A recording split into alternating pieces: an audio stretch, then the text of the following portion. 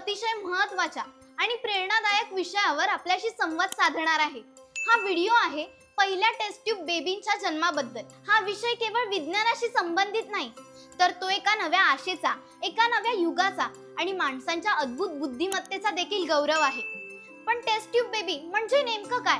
कशी होते ही प्रक्रिया? नमस्कार, मी कार्तिकी आणि तुम्ही पाहतात कलाकार दिनविशेष, पावर्ड बाय GoPrac.com। 25 जुलै 1978 रोजी एका चमत्कारी वैज्ञानिक घटनेने जन्म घेतला। पहिले test tube baby Louise Brown England मधील ओल्ड हॅम हॉस्पिटल मध्ये जन्माला आली। डॉक्टर पॅट्रिक सेप्टो आणि रॉबर्ट एडवर्ड्स या दोन महान वैज्ञानिकांनी ही क्रांती घडवून आणली। ही घटना घडली तेव्हा संपूर्ण जग थक्क झालं होतं। एखादं बाळ आईच्या गर्भाशयात नव्हे, तर एका प्रयोगशाळेतील काचेच्या नळीत तयार झालं हे कल्पनेच्या पलीकडचं वाटत होतं। पण ही कल्पना सत्यात उतरवली गेली आणि त्या दिवसाने जगभरातल्या लाखो जोडप्यांना जे आपत्य प्राप्तीसाठी झगडत होते त्यांना एक नवी आशा दिली। आता टेस्ट ट्यूब बेबी म्हणजे नेमकं काय?